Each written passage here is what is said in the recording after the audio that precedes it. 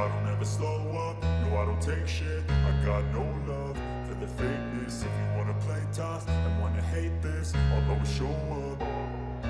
I don't ever slow up, no I don't take shit. I got no love for the fakeness. If you wanna play tough and wanna hate this, I'll always show up and make a statement. I don't ever slow up, no I don't take shit. I got no love for the fakeness. If you wanna play tough and wanna hate this, I'll always show up and make a statement. Everything. Marc Marquez telah bergabung dengan box Ducati Lenovo hari ini. Pembalap Cervera itu tak mau istirahat jelang tes pramusim pertama yang akan berlangsung besok di Montmello. Pada hari Minggu pekerjaannya bersama tim Gresini adalah mencapai posisi ketiga dalam kejuaraan yang dia cari. Saingannya untuk posisi tersebut adalah Enea Bastianini yang pada balapan kemarin sempat berada di posisi terdepan namun tidak mampu mengejar Marc Marquez yang melintasi garis finish di posisi kedua. Itu sebabnya tim asuhan Gresini mengunggulinya di klasifikasi umum dengan hanya selisih 6 poin di peringkat ketiga tersebut. Ada juga banyak hal yang harus dirayakan untuk Marc Marquez kemarin.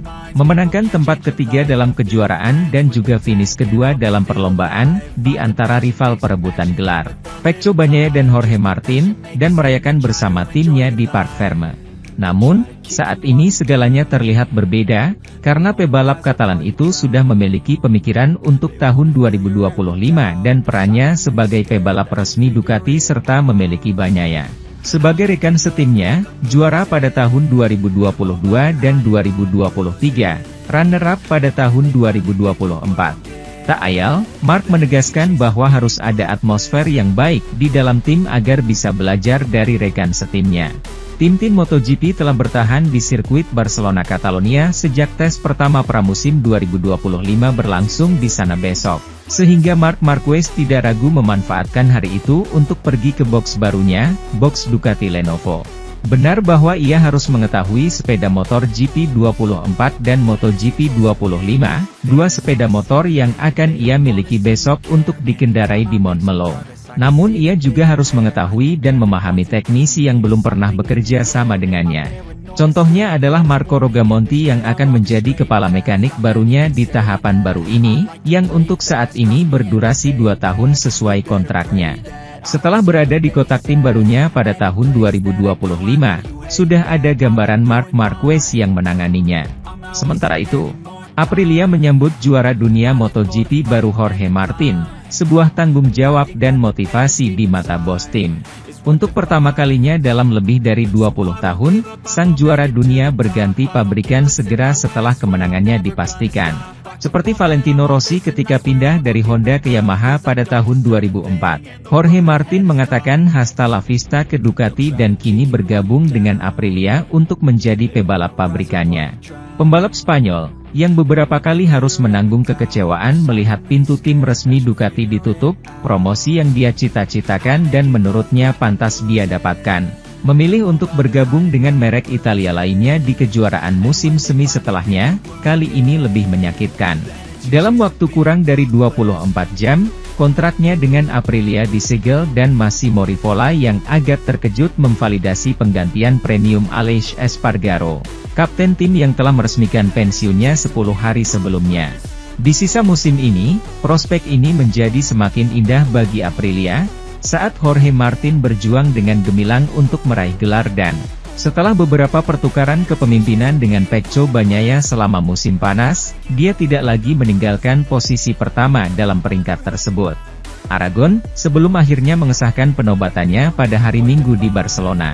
Oleh karena itu, Ducati melihat kepergian pria yang memungkinkannya mengantongi gelar ketiga berturut-turut, tanpa bisa memanfaatkan momentum yang berpotensi diberikan status baru ini kepada pembalap Madrilenian tersebut. Massimo Rivola mewarisi anugerah besar ini dengan rasa tanggung jawab tertentu, mengetahui bahwa Aprilia kini diharapkan dapat hidup sesuai dengan pemimpin barunya. Saya jelas ingin memikul tanggung jawab mengelola juara dunia MotoGP. Aku CEO Aprilia Racing itu akhir pekan lalu. Ini khusus untuknya, setelah bertahun-tahun berjuang untuk meraih gelar juara, saya pikir dia pantas mengetahui bahwa dia adalah juara dan, tentu saja, benar-benar menjadi juara. Marc Marquez akan melakukan tes pertamanya untuk tim resmi Ducati Selasa ini, dengan motor tanpa sponsor. Pembalap Spanyol itu bersiap memutuskan hubungan dengan beberapa rekannya. 2 hari setelah perpisahannya dengan Gresini, Marc Marquez akan memulai hidupnya sebagai pebalap resmi Ducati selama tes yang dijadwalkan Selasa ini di Barcelona. Ini mungkin terdengar klise, tetapi hari ini akan menandai sebuah langkah dalam karirnya. Memungkinkan dia untuk mendapatkan kembali kekuatan struktur pabrikan setelah 1 musim bersama Gresini, salah satu tim paling sederhana di MotoGP, di mana dia hanya memilikinya. Model berusia 1 tahun. Peristiwa istimewa seperti itu memerlukan kehati-hatian dan perhatian besar dari mereka yang terlibat. Ekspektasinya sebanding dengan yang ada di Paddock saat Valentino Rossi melakukan debutnya bersama Yamaha, saat tes di Sepang pada tahun 2004, atau saat penemuan Desmosedici oleh Marquez yang sama di Valencia setahun lalu.